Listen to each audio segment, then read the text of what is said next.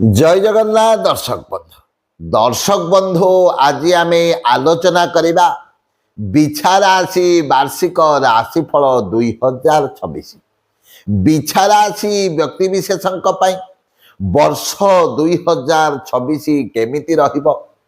पारिवारिक संपर्क केमिति रहिबो आय आपणकर केते रहिबो व्यय आपणकर केते रहिबो समाज रे मान सम्मान केमिति रहिबो आपणकर रोजगार केमिति रहिबो कर्म क्षेत्र आपणकर केमिति रहिबो तेणु दर्शक बंधु बिछा राशि वार्षिक राशिफल 2026 तो कहवा गले दर्शक बंधु बिछा राशि व्यक्ति विशेषों वर्ष आरंभ 6 मास अर्थात जानुआरी मास ठारो जून मास पर्यंत सेते भल समय रहूना प्रथम 6 मास आपणकर स्वास्थ्य सामान्य खराब रहिबो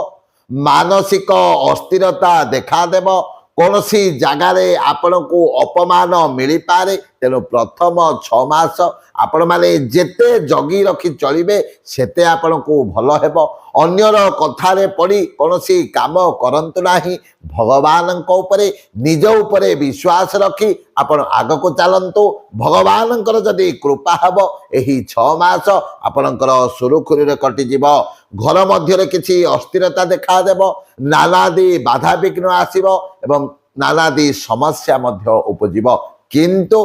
6 मास परे आपणक पई सबुठारो शुभ समय आसुची फलतः सबु कार्य आपण को सफलता मिलिबो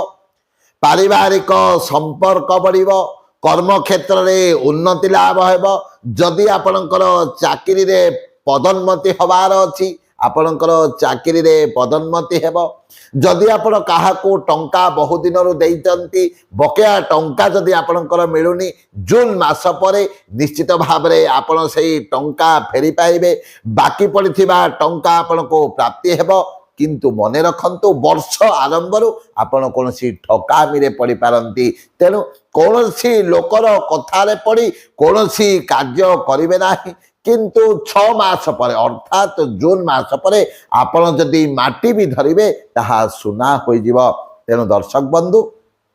बिछा राशि व्यक्ति विशेष